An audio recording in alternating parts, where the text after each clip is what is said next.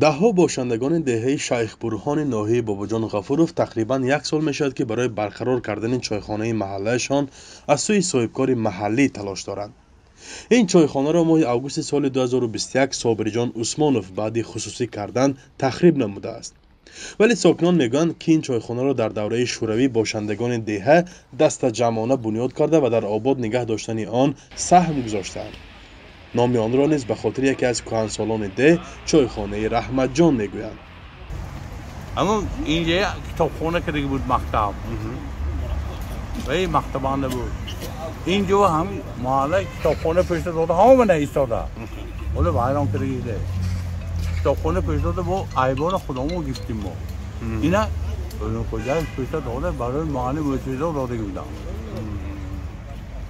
همه موسیقی همینجا خیلی عمدگی معلمی کیم که نباشه عمده همینجا شاید خورده مونده و رفتگی. یعنی فرزندای همه ما.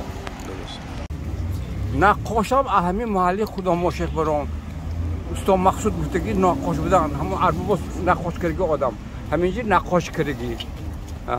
این تقریبا سال چند بوده ما؟ سال 1957 بعد ارباب پشت شدن بعد سانی اینجا سر شد.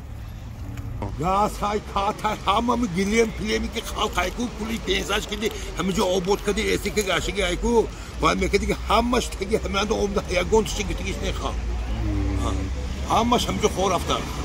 مساحت چایخانه همگی 8 صدک زمین را تشکیل میکند.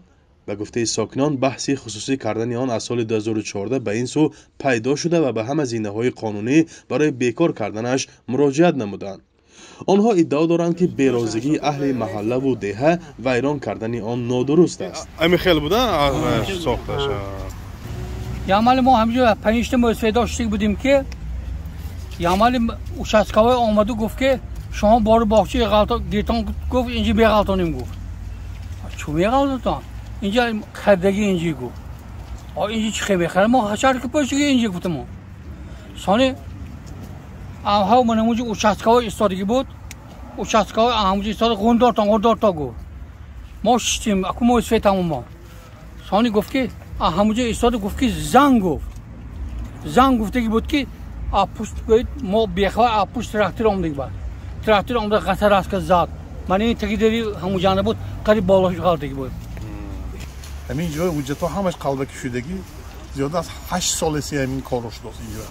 ما هم فریب کردیم که مثلا اینجا شدگی خصوصی شدگی لیکن وجدت اندامین وای خطا همش. مجبور می جواب دادم سوال شما ما. البته. شو نه نمیتیم.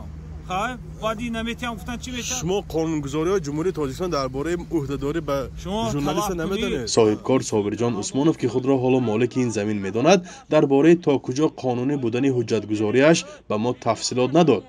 ولی در جواب به ادعای ساکنان گفت که طبق نقشه اساسی معماری ساختمان بنای نو در این محل تصدیق شده است. مغازه میشد دیگر چیزا میشد یک کنجا چایخانه میشد انمی اکون اینو من اگر دکار باشد ناحیه راهان архитектура من پیشنهاد کردگی 3 etaja подвалдор همین چیزا شد وای میکرد نیکی کار ببرسی مونگی سود ببرسی مانوش نه اون دورت که اومده اینجا چاپا کن. مسئولان جماعت حیدر عثمانوف آماده نشدند که در این مسئله به رادیوی آزادی رسما معلومات دهند. ولی یک منبع از حکومت ناحیه باباجان غفورov به شرط فاش نشدن نامش گفت که چنین انشاءات و بناهای بی‌صاحب را مقامات برای غنی کردن بودجه و آبادانی محل حق دارد طریق اداره اموال به صاحبکاران فروشد.